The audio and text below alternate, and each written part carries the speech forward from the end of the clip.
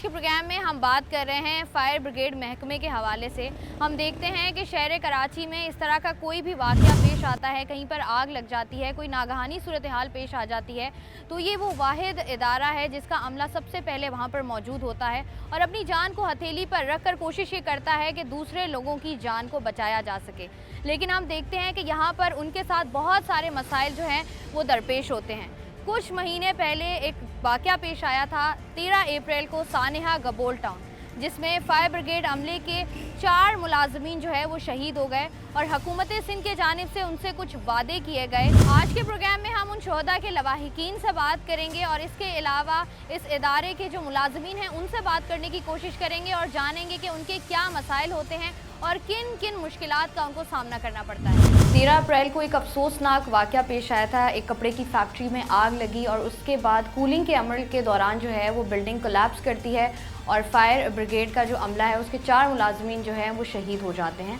तो उनकी फैमिलीज़ हमारे साथ मौजूद हैं, आइए उनसे बात करें। अच्छा, फायर ब्रिगेड का एक तो काम ऐसा है, जब मतलब आग कहीं लगती है तो उसके लिए आपको प्रॉपर चाहिए होते हैं, आलात चाहिए होते हैं, इसके साथ साथ आपको एक किट चाहिए होती है। इस तरह का कोई सामान उनके पास मुकम्मल तौर पर सारे अमले के पास मौजूद होता है या नहीं होता? मौजूद होता है, लेकिन काफ़ी टाइम बाद उन्हें यूनिफॉर्म्स वगैरह मिलते हैं, शूज़ वगैरह मिलते हैं, काफ़ी सालों बाद। वैसे नहीं, इनके पास 6 साल में अभी तक इनको वर्दी नहीं मिली थी। और वर्दी क्या थी, इनकी अपनी टी शर्ट, अपनी ट्राउज़र, 30 रुपये का ट्राउज़र था, 20 रुपये की शर्ट और अपने शूज़ पहनते थे वो। और कोई सेफ्टी के लिए कुछ भी नहीं, ना हेलमेट, ना इनके पास जूते, ना जैकेट, कुछ भी नहीं था, ना सेफ्टी के लिए। मेरे ख्याल से तो नहीं है, सिर्फ किट है और हेलमेट मेरा ख्याल से दिया गया है, बाकी तो मेरे ख्याल से कुछ भी नहीं है इसके अलावा। जिस वक्त मैंने ये गुस्ल दिया था अपने वालिद साहब को, उस टाइम जिस वक्त ये पहन के शहीद हुए थे, ये मेरे पास मौजूद है। अच्छा, ये सेफ्टी किट है इनकी?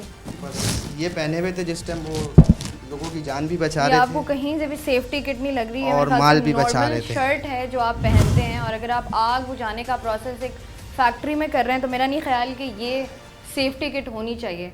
इसके अलावा ये भी कोई इदारे की तरफ से नहीं थी, ये भी लुंडा से ली हुई थी, एक पैंट थी जो ये पहन के जाते थे वालिद साहब।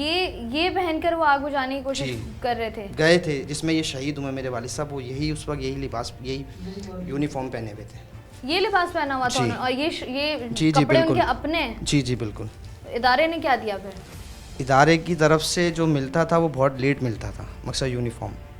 आपको कैसे पता चला था कि भाई? यही तकरीबन 3:30 या 3:45 बजे फ़ोन आया था, इस तरीके का है ना, ऐसे तबीयत ख़राब हो गई है। बताया नहीं था डायरेक्ट मेरे को कि, लेकिन फिर हम अब्बासी शहीद हॉस्पिटल गए तो पता चला कि डेड बॉडी इंतकाल हो चुका है। मेरे भाई का मुझे फ़ोन आया था, क्योंकि वो भी फायर ब्रिगेड में होते हैं, वो इमरजेंसी में गए थे तो अपने स्टेशन ऑफिसर के साथ, तो उन्होंने भाई को बताया, भाई ने मुझे फ़ोन करके बताया कि ऐसा ऐसा हो गया, फैक्ट्री की गई जहाँ मोहसिन आग बुझाने गया हुआ है ना, तो उसका कोई पता नहीं चल रहा। तो फिर मैं यहाँ से गया हूँ, तो मैंने उससे पूछा कहाँ पे आऊँ, तो उसने बोला भाई मैं तो अब जीना में हूँ और अभी तक कोई इतला नहीं है, जैसे इतला मिलेगी मैं बताऊँगा, अभी तक उसका मालूम नहीं चल रहा कहाँ है। के बाद जब आपको पता चला, जैसे हम बात कर रहे थे कि हुकूमत की तरफ से ऐलानात भी हुए, उसके बाद इस सारे टाइम को जो है वो 3 महीने हो गए हैं, उसके बाद कोई राब्ता किया गया है? किस तरीके से चल रहा है फैमिली, किस तरीके से चल रही है? लेकिन नासिर हुसैन शाह साहब आए थे, उन्होंने कहा था कि मेरे को भेजा गया है, फातिह खानी करी, उन्होंने कहा था कि 50 लाख रुपए आपको दिए जाएंगे और एक बच्चे को नौकरी दी जाएगी। लेकिन जाते जाते मैंने उनसे ही कहा था कि हो जाएगा, बोलना हाँ इंशाअल्लाह ताला हो जाएगा, लेकिन अभी तक कुछ हुआ नहीं है। नासिर हुसैन शाह साहब ने अपना कार्ड दिया था, लेकिन मैंने राब्ता भी किया, लेकिन कोई राब्ता नहीं हुआ। आपकी बात हुई? कॉल? जी नहीं। कॉल उठाई उन्होंने? जी नहीं। कोई मतलब आपने राब्ता 3 महीने? राब्ते तो हम कर रहे हैं सबसे, हमारा तो काम ही यही है, सबसे राब्ते करना। अभी तो जो अभी हो गया है ना, अब वो तो हो गया है, मगर अब जो हमारा काम है वो हम अपना काम कर रहे हैं, मगर गवर्नमेंट को भी चाहिए ना कि अपना काम करे, शहीदों का कुछ तो एहसास करें कि बेवाएँ बैठी हुई है घर पे, तो उनके लिए भी तो कुछ सोचे ना। तो आपने जब राब्ता करने की कोशिश की है तो आगे से क्या रिस्पॉन्स है? बस हो रहा है काम, ये हो रहा है, वहाँ पे बात हो रही है, हो रहा है काम, पिछले 3 महीने से काम ही हो रहा है? काम हो रहा है। अच्छा, जिस तरीके का ये काम है, आपके एक और भाई भी हैं इसी पेशे से वाबस्ता है, मेडिकल दिया जाता है? क्या नहीं, मेडिकल हैं, क्या क्या इंसेंटिव्स हैं जो दिए जाते हैं? मेडिकल सबसे अहम चीज़ तो मेडिकल है इंसान की, मेडिकल ही नहीं दिया हुआ इनको। अब्बासी में मेडिकल दिया हुआ, उसमें तो आप क्या, मैं कोई भी जाए उधर फ्री है, उसको वहीं पे बस वही मेडिकल है उनका, और कोई मेडिकल नहीं है। बहुत सारी चीज़ें हैं जो सामने आ रही हैं, इस बारे में मुकम्मल तौर पर जानने के लिए हम चलेंगे एक fire station. People unity of KMC Mohammad Shahid साहब हमारे साथ मौजूद हैं, जो कि बात करेंगे फायर ब्रिगेड को पेश आने वाले मसाइल के बारे में और इनके पास वसाइल की इतनी कमी क्यों है। तो इनसे बात करते हैं। अस्सलाम वालेकुम। वालेकुम अस्सलाम। बहुत शुक्रिया आपका। अच्छा, सबसे पहले ये बताइएगा कि फायर ब्रिगेड का अमला हम देखते हैं कि काम बहुत रिस्क टेकिंग है इनका, लेकिन उस तरीके से ना इनको अप्रिसिएशन मिलती है, ना इनको सराहा जाता है और ना ही एक्नॉलेज किया जाता है। आप क्या समझते हैं इसकी वजह क्या है? बिस्मिल्लाहिर्रहमानिर्रहीम। बहुत बहुत शुक्रिया आपका कि फायर ब्रिगेड के मुलाजिमों की आवाज़ उठाने के लिए आपने यहाँ तशरीफ़ लाए। मैं आपके और आपकी टीम का शुक्रिया अदा करता हूँ। सबसे बड़ी बुनियादी वजह यह है कि अरसे दराज से फायर ब्रिगेड के देरीना मसाइल हैं, जिसमें मेन बुनियाद है हमारे फायर फाइटर का मेडिकल भी नहीं है हमारे पास, और जो यूनिफॉर्म हमें दी जाती है वो इतनी नाकिस होती है। अभी काफ़ी अरसे से रोने पीटने के बाद जो अभी हमें यूनिफॉर्म मिली है, तो यूनिफॉर्म तो खैर पहनने के काबिल नहीं है, मगर जो गमबूट हैं मैं उनका शुक्रिया अदा करता हूँ हमारे अफसरानों का कि उनकी मेहरबानी कि उन्होंने गमबूट कम से कम ऐसे दी कि फायर फाइटर बेचारा पहन सकता है। वरना होता ये था कि गमबूट पहनने के बाद 5 मिनट भी नहीं पहन सकते थे, टखनों में छाले पड़ जाते थे हमारे यहाँ। तो अच्छा, सबसे बड़ी बात है कि 943 हमारा जो फायर ब्रिगेड मुलाजिम का ओवर टाइम लेता है, अफसोस के साथ कि 33 महीने का हमारा ओवर टाइम फायर ब्रिगेड के मुलाजिमों को चढ़ा हुआ है। हमारे घरों की मेंटेनेंस का आप देखेंगे, हमारे मेंटेनेंस से पैसे हमारी सैलरी से कटते ज़रूर हैं, मगर हमारे घरों के अंदर पैसे वो लगते नहीं आकर। बच्चे तालीम से महरूम हो रहे हैं क्योंकि अपनी वाजिबात के लिए रो रहे हैं। हम लोग आग पर जब हम काम करते हैं जो डॉक्यूमेंट हमें देने चाहिए वो हमें नहीं दिए जाते। ये तो मेहरबानी है कि मुर्तज़ा आप कुछ अर्से पहले आए थे एडमिनिस्ट्रेटर बन के, तो हमें पूरे इस फायर ब्रिगेड के मुलाजिमों का, बल्कि पूरी केएमसी के लोगों को उम्मीद है कि मुर्तज़ा साहब इसमें कुछ बेहतरी लेके आएंगे, क्योंकि हमारे जो हर महीने ओवर टाइम मिलना शुरू हुआ था उसमें बहुत बड़ा किरदार मुर्तज़ा साहब का मौजूद था इसमें। अच्छा, हम बात कर रहे थे कि आप लोगों का जो है ना वो रिस्क अलाउंस होता है, वो कितना है? वो 50 रुपये हमारी जान का सौदा जो कीमत है वो 50 रुपये जाता है। और जबकि सेकंड आर्मी का दर्जा दिया था फायर फाइटर को कि फायर ब्रिगेड का जो फायर फाइटर है वो सेकंड आर्मी का दर्जा रखता है, मगर अफसोस के साथ सिर्फ पेपरों के अंदर या सिर्फ नामों के अंदर। अभी गबलटोन सानिया वाक़या हुआ था रमज़ान के अंदर, आखिरी अशरे के अंदर, तो हमारे 4 साथी उसमें शहीद हुए थे, उसमें लीडिंग फायरमैन भी थे और 3 फायरमैन थे हमारे। तो अफसोस के साथ जो ऐलान हुए उससे पहले 7-8 महीने अरसे पहले कोरंगी फायर ब्रिगेड के अंदर 3 साथी हमारे शहीद कर दिए गए थे रात को 2 बजे के टाइम पर। आज तक उनकी फैमिलियों को वाजिबात से महरूम किया गया। ऐलान तो ज़रूर किया गया कि 25 लाख रुपये 10 लाख रुपये, मगर उनको घर में जो हालत उनके घर की है ये वो बेचारी वो फैमिली हमारी जानती हैं।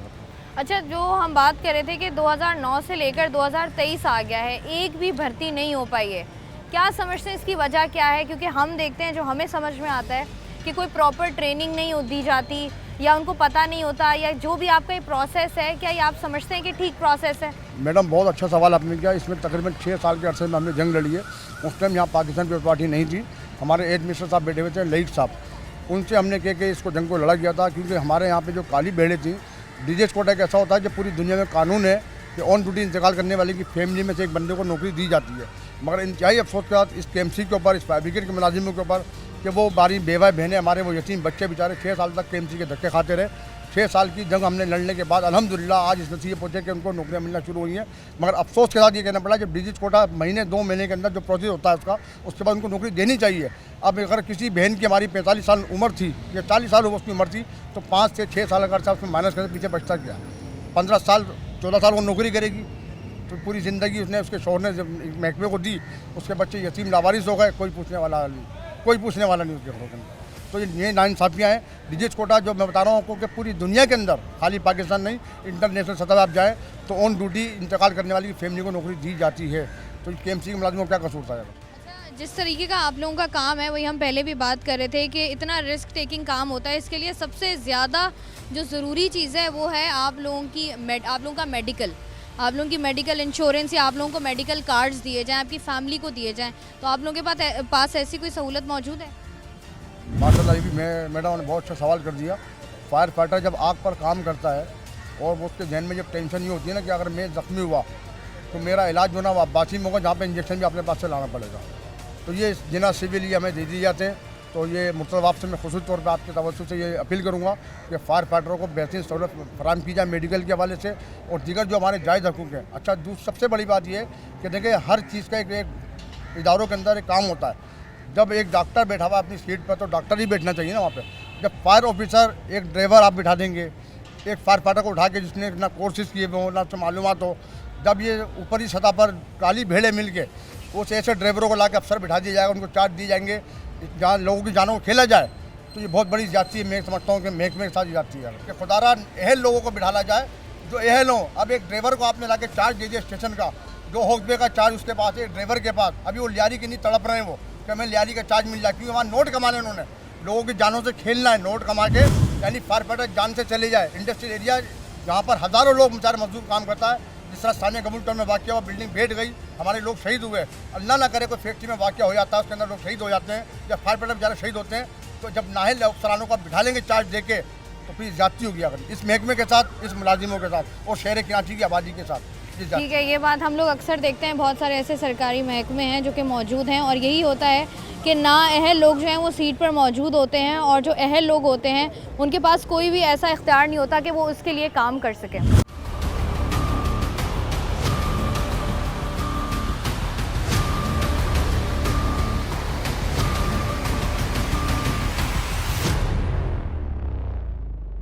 सानिया कबूल टाउन के शोहदा के लवाहिकीन से हमने बात की, उसके बाद हमें अंदाज़ा हुआ कि बहुत से ऐसे और भी इदारे के साथ मसाइल हैं जिन पर बात करना बहुत ज़रूरी है। तो इसीलिए हम पहुंचे हैं चीफ़ फायर ऑफिसर के पास जो कि हैं इश्तियाक अहमद साहब। आइए इनसे बात करते हैं। अस्सलाम वालेकुम। वालेकुम। अच्छा, हमने इनसे इनकी फैमिलीज़ से बात की और बहुत सारी चीज़ें हमारे सामने आई। सबसे पहला सवाल ये है कि जब हायरिंग होती है, किसी फायरमैन को आप लोग हायर करते हैं, इसका प्रोसेस क्या है? देखिए, हम हायरिंग करते हैं किसी को भी, मतलब उसको फिर हम ट्रेन करते हैं ख़ुद। हमारे जो फायर फाइटर हैं वेल ट्रेंड हैं और माशाल्लाह अच्छी परफॉर्मेंस पूरे शहर के अंदर है, जिससे आपको अंदाज़ा होगा पूरे शहर की जितनी भी फायर फाइटिंग रेस्क्यू वर्क है टोटल हमारा अमला करता है। ठीक है, उसके बाद हम देखते हैं कि कहीं भी इस तरह का आग लग जाती है, इस तरह का कोई वाक़या पेश आ जाता है, किसी भी वक्त आ जाता है, तो आप लोगों के पास मैन पावर है, इक्विपमेंट्स हैं? देखिए, इक्विपमेंट्स तो हमारे पास मौजूद हैं काफ़ी, लेकिन जहाँ मैन पावर की बात आती है तो मैन पावर हमारे पास शॉर्टफॉल है। वजह यह है कि हमारी लास्ट अपॉइंटमेंट जो हुई थी डिपार्टमेंट के अंदर वो 2009 में हुई थी। उसके बाद से अब तक कोई अपॉइंटमेंट नहीं हुए। मतलब 2009 से लेकर 2023 तक अब बहुत बड़ा गैप आया है, कोई बंदा हायर नहीं हुआ। हायर नहीं हुआ। अब उसमें ये हुआ ग्रेजुएटली लोग रिटायर्ड भी हुए, इंतकाल भी हुआ उनका। इसके बाद भी कुछ डिजीज़ कोटा पे 10-15 लोगों को अपॉइंटमेंट किया गया। डिजीज़ कोटा वो होता है जो ऑन ड्यूटी लोग इंतकाल कर जाते हैं, उनके बेटा या बेटी को किसी को अपॉइंटमेंट किया गया। तो इस तरह तो अभी अपॉइंटमेंट किया है, लेकिन जनरल अपॉइंटमेंट नहीं किया। अब हमारे पास इस वक्त 29 फायर स्टेशन वर्किंग में हैं और 19 फायर स्टेशन की स्ट्रेंथ हमारी मौजूद है, उसमें भी 30% पोस्ट वैकेंट हैं। तो जैसे आपने बताया 2009 से लेकर 2023 तक कोई भी हायरिंग नहीं हुई है, तो इसमें हमने देखा भी है इससे पहले भी कि बहुत सारे ऐसे वाक़यात हुए हैं जिसमें इससे पहले भी, इस वाक़े से पहले भी फायरमैन शहीद हो जाता है या ज़ख्मी हो जाते हैं। तो ये वाला कोटा उनके साथ भी है कि उनकी किसी फैमिली मेम्बर को जॉब दी जाती है। देखिए, हमारे पास एक जो कौंसल होती है, जो मेम्बरान होते हैं, ये उनसे एक हमारी रेजोल्यूशन पास हुई है। तो उस रेजोल्यूशन में ये है कि इनको उसके दो पार्ट हैं। पहले पार्ट में ये है कि आप 60 साल तक तमाम उनके मतलब वाइफ को सैलरी देते रहेंगे और जो भी बेनिफिट्स हैं वो पूरे मिलते रहेंगे जब तक रिटायरमेंट की उम्र पूरी नहीं होती शहीद होने वाले की हमारे। दूसरा पार्ट ये है कि अगर आप उसको अवेल नहीं करते तो फिर उनके घर से किसी भी एक मेंबर को, जैसे बेटा बेटी या बीवी को जॉब दे दी जाती है। अच्छा, या सैलरी दी जाती है या जॉब दी जाती है? जी, इसमें दो पार्ट है। ठीक है। अब गवर्नमेंट ऑफ सिंध ने पिछले दिनों जब कबूल टाउन का वाक़या हुआ तो गवर्नमेंट ऑफ सिंध ने के मिनिस्टर साहब ने, हमारे नासिर हुसैन शाह साहब ने ऐलान किया कि इनको 50 लाख रुपए कंपनसेशन फैमिली को और घर से एक को जॉब दी जाएगी। ये एक स्पेशल ऑर्डर हो गया। तो अब उसकी अप्रूवल के लिए समरी गवर्नमेंट ऑफ सिंध को गई हुई है केएमसी की तरफ से। जैसे ही समरी अप्रूव होकर आएगी इंशाल्लाह इनका अपॉइंटमेंट होगा। वैसे जनरली समरी अप्रूव होने में कितना टाइम लगता है?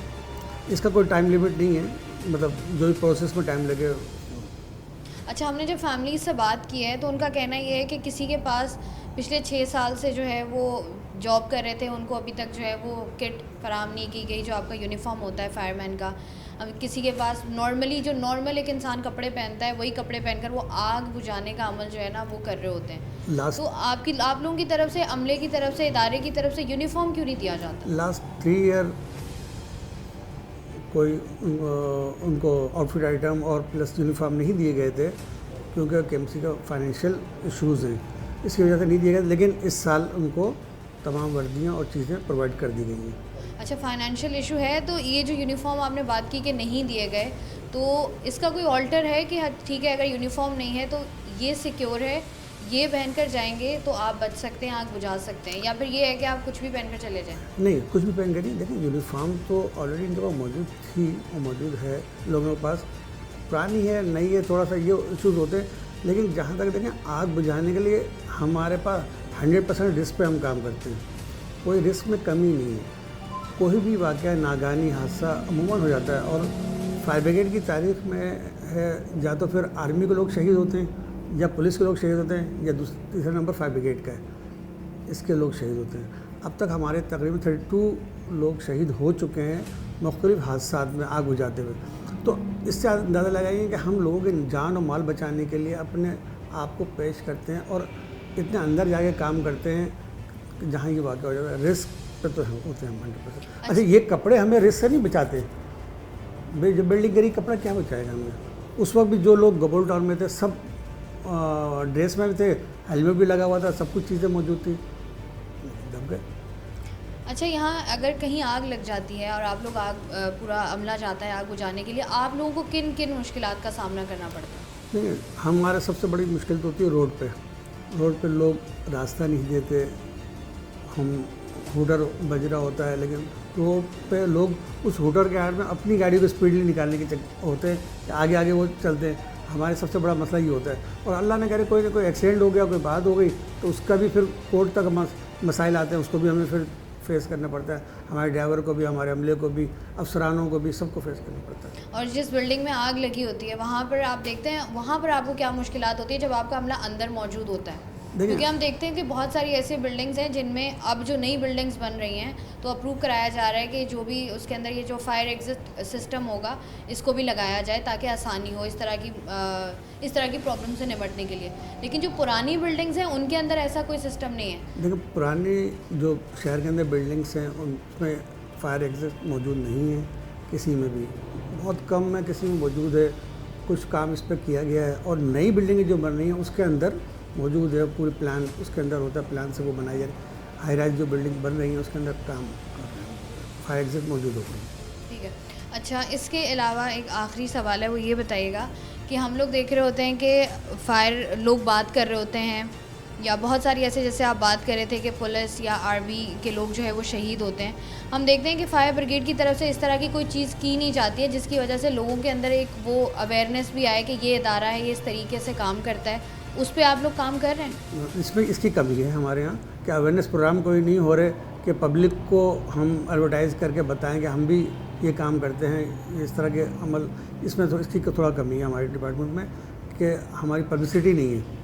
हम काम तो करते हैं लेकिन कोई इसकी पब्लिसिटी नहीं है हमारी। इसकी होता है ना, इदारे का एक फंड्स होता है, वो अपनी पब्लिसिटी करते हैं, मुख्तलिफ़ चैनल्स पर डालते हैं, मुख्तलिफ़ सोशल मीडिया पे आ रहा होता है, तो सोशल मीडिया पे तो बस हमारे लोग जो चलाते हैं वो चल जाता है, या मीडिया आप लोग जो कोऑपरेट करते हैं थोड़ा सा वो होता है, लेकिन जनरली डिपार्टमेंट की तरफ से कोई इस पर काम। अच्छा, जैसे आपने बताया कि या जॉब ऑफ़र की जाती है या जो है वो पैसे दिए जाते हैं, या ये होता है कि ऑन ड्यूटी आप रहेंगे। इसके अलावा ये तो सिंध हुकूमत की जानिब से हो गया, या ये जो है केएमसी की जानिब से हो गया, इदारा जो है वो खुद क्या कंपनसेट करता है इस तरह के? हम केएमसी के मुलाजिम, यही कंपनसेट करते हैं? हाँ, केएमसी के मुलाजिम, ये इदारा केएमसी का है। और अगर कोई शहीद हो जाता है तो ये है, और अगर कोई ज़ख्मी हो जाता है ऐसी सिचुएशन में तो उसको आप लोग किस तरीके से? अगर कोई इस पर ज़ख्मी होता है तो उसका इलाज मुआवजे के लिए जो भी होता है हम वो करवाते हैं। इन केस कोई हादसा हो जाए उसके अंदर वो ज़ख्मी हो जाए तो उसका इलाज मुआवजा भी करवाते हैं, और प्लस उनको कंपनसेट भी करते हैं। कोई इंसेंटिव्स होते हैं? इंसेंटिव होते हैं, 50,000 उनको देते हैं, लेकिन अभी न्यू CR एक कराई हुई है, उसमें कुछ बढ़ाए हैं। अच्छा, जो ऑन ड्यूटी अमला आपके पास मौजूद है उनको आप इंसेंटिव्स देते हैं, जैसे मेडिकल इंश्योरेंस हो गई या स्कूलिंग हो गई, आपने प्लॉट अलॉट कर दिए? नहीं, इस टाइप की कोई चीज़ नहीं है हमारे पास, हमारे इदारे में। बस सिर्फ सैलरी है और इनका एक रिस्क अलाउंस मिलता है जिसे ओवर टाइम कहते हैं। बस ये 2 चीज़ें हैं, स्कूलिंग है या मेडिकल इंश्योरेंस है या मेडिकल इनका है, ये सब नहीं है। लेकिन कोई इन केस कोई हादसा हो जाता है तो स्पेशली इनको हम ट्रीटमेंट इनका करवाते हैं। ठीक है, बहुत शुक्रिया। हमारे साथ chief fire officer Ishtiaq Ahmed साहब मौजूद थे जो बात कर रहे थे उन मसाइल की जो इन लोगों को फेस करने पड़े।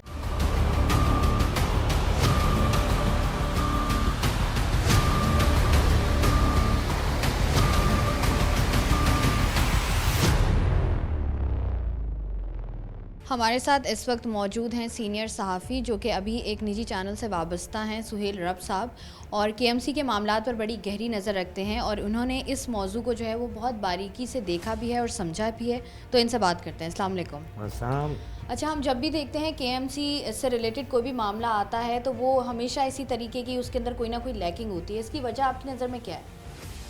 देखें, इसकी वजह यह है कि केएमसी के अभी आपने मामलात की बात की और साथ में लैकिंग की बात की, तो केएमसी के मामलात में अमूमन हम देखते आ रहे हैं कि लैकिंग आती है और उसकी जो सबसे बड़ी और बुनियादी वजह यह है, कोई रॉकेट साइंस नहीं है, उसमें यह है कि वसाइल की कमी है। केएमसी को वो मतलूबा वसाइल नहीं दस्तियाब जिनके बेस पे वो अच्छा डिलीवर कर सके या बेहतर डिलीवर कर सके, क्योंकि हमें ये चीज़ समझने की ज़रूरत है। बहुत सिंपल करके चीज़ों को समझाएं ताकि हमारी आवाम को भी, लोगों को भी, शहरियों को भी समझ में आए कि ये केएमसी क्या है। KMC basically Karachi metropolitan corporation है। यार, मेट्रोपॉलिटन कॉरपोरेशन है, कराची मेट्रोपॉलिटन सिटी है और उसकी कॉरपोरेशन है, तो उसके वसाइल भी वैसे होने चाहिए ना। नंबर 1 चीज़ यह है कि लैक ऑफ रिसोर्सेज है, और नंबर 2 जो इनके रेवेन्यू जनरेशन या रेवेन्यू जनरेटेड जो इदारे हैं वो भी सही काम नहीं कर रहा है। मतलब अगर मैं इस बात को यूं कहूं कि ये जो अफसरान हैं केएमसी में जो एक अरसे से काम कर रहे हैं, ये इनकॉम्पिटेंट है, अनस्किल्ड है। इनको मतलब उस तरीके से केएमसी जिस तरीके से पहले चलती थी, पहले भी तो चलती थी केएमसी 1936 से 1932 से चलती हुई आ रही है, वो भी तो केएमसी थी। बिफोर पार्टीशन चलती हुई आ रही है केएमसी।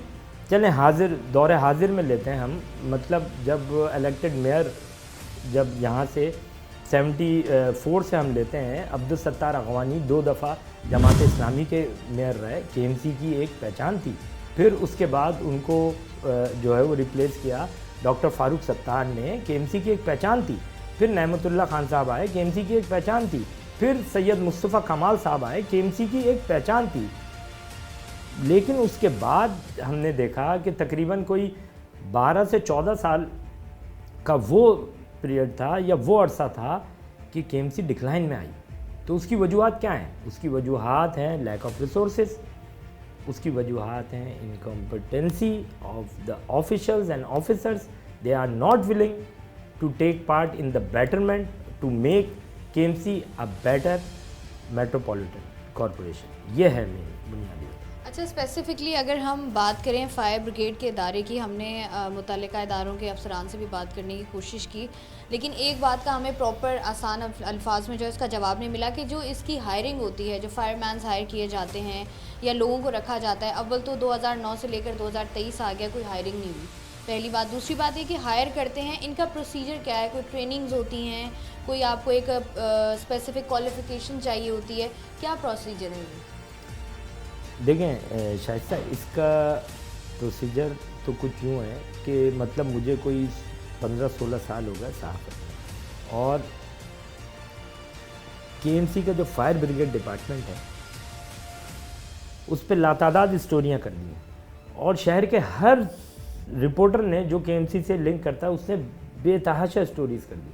आपकी ये इत्तला बिल्कुल सही है कि लास्ट रिक्रूटमेंट 2009 में हुई थी, और 2009-10 के बाद कोई रिक्रूटमेंट हुई नहीं। आज हम 23 में खड़े हैं। मैन पावर की कमी, नंबर 1। दूसरा, इसका पूरी एक कोर्स होता है, एक ट्रेनिंग होती है जो आपका यूएसएसआर डिपार्टमेंट, मतलब अगर हम डेवलप कंट्रीज़ में जाएं तो फायर ब्रिगेड डिपार्टमेंट एक अहमियत का हामिल डिपार्टमेंट होता है। उसमें स्किल्ड लोग, ट्रेन लोग भर्ती किए जाते हैं। उनकी बाकायदा अर्बन रिसोर्स रिसर्च सेंटर में उनकी ट्रेनिंग होती है, उनके ट्रेनिंग के बाकायदा इंस्टीट्यूट्स होते हैं कि आपको किस तरीके से फायर को बुझाना है, किस तरीके से एंटर होना है, किस एंगल से एंटर होना है, 3rd डिग्री फायर क्या है, 1st डिग्री फायर क्या है, 2nd डिग्री। मैं आपको यकीन से कह सकता हूँ, यहाँ बैठ के यकीन से कह सकता हूँ कि आप फायर ब्रिगेड से होके आई हैं, वहाँ पे फायर ब्रिगेड के जो एम्प्लॉयज़ हैं उनसे आप पूछ लें यार ये 3rd डिग्री फायर क्या है, यकीन करें नहीं पता होगा, क्योंकि they are not well aware. उनमें है, उनमें कैपेबिलिटी है, लेकिन जब आप उसको यूटिलाइज़ नहीं करेंगे। अब देखें ना, जो 2009 की भर्तियाँ थी अब उनके आगे भर्ती नहीं हुई, अब रिटायरमेंट करीब आ रही है, यंग ब्लड नहीं आ रहा। अच्छा, इस हवाले से मैंने भी खबरें की हैं, जब हमारी ऑफिसर से कंसर्न डिपार्टमेंट से बात होती है, उन्होंने कहा यार हमने मुतअद्दिद दफ़ा समरीज़ लिख के भेजी, वो समरीज़ उन्होंने मुझे दी हैं, वो मैंने टीवी पे चलाई हैं, खबर चलाई है, इन्होंने भेजी हैं। लेकिन जब सिंध गवर्नमेंट ही सीरियस नहीं है या वो लोग नहीं भर्ती करना चाह रहे हैं, और ऐसे ये एक डिपार्टमेंट नहीं है फायर ब्रिगेड, वाटर बोर्ड में भर्तियाँ नहीं हैं, KDA में भर्तियाँ नहीं हैं, HBCA में अभी कुछ अर्से पहले हुई हैं। मतलब सरकार के किसी महकमे में अब भर्तियाँ हो ही नहीं रही हैं, और ये सबसे बड़ी तबाही की वजूहत ये हैं कि मतलब आप जब यंग ब्लड को नहीं करोगे, क्योंकि ये एक कॉम्बिनेशन है ना, जब यंग ब्लड इंजेक्ट होता है तो वो एक्सपीरियंस लोगों के साथ काम करता है, वो अपना एक्सपीरियंस उनको पास ऑन करते हैं, फिर वो ऐसा अब यहाँ से तो एक्सपीरियंस लोग रिटायर होके जा रहे हैं, यंग ब्लड आ नहीं रहा, फ्रेश ब्लड आ नहीं रहा, तो ये इश्यूज़ बनेंगे।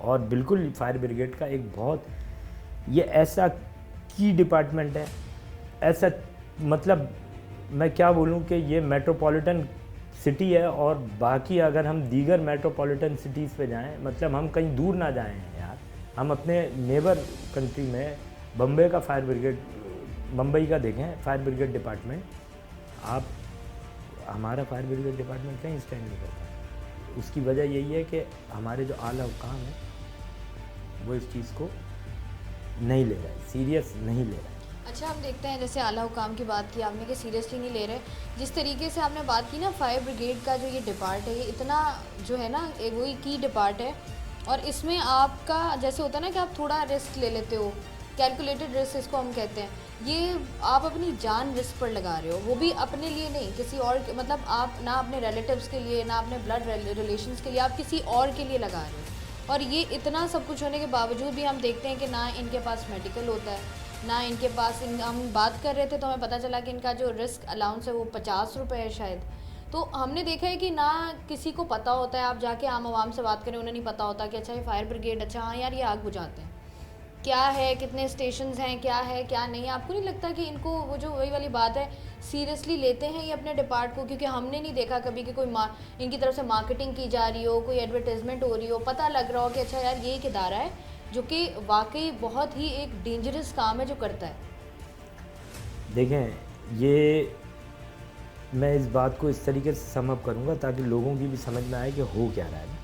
When there is a will so there is a way. अगर हमारे पास विल होगी ना चीज़ों को सही करने की, तो हम उसको सही कर लेंगे। फायर ब्रिगेड डिपार्टमेंट में जब जब स्टोरियाँ की हैं ना, मुझे इंतहाई दर्दनाक फैक्ट्स सामने आए, इंतहाई दर्दनाक फैक्ट्स, और ऐसे फैक्ट्स के यकीन करें मुझे रातों में नींद नहीं आती। अब ये जो रिसेंट आखिर का इंसिडेंट हुआ है, ये जो फैक्ट्री में आग लगी थी इस तरफ गबूल टाउन की तरफ, यहाँ पे जब मैं गया हूँ फायर फाइटर से इंटरव्यू के लिए, तो उन्होंने अपने वाक़यात मुझसे शेयर किया। उन्होंने कहा रमज़ान के दिन थे, अच्छी तरीके से मुझे याद। उन्होंने कहा, अब आप यहाँ से अंदाज़ा लगाएं सीरियसनेस का, उन्होंने कहा हमने फायर बुझा दी थी, और फायर बुझा के वो जो इमारत थी वो मखदूश हो चुकी थी।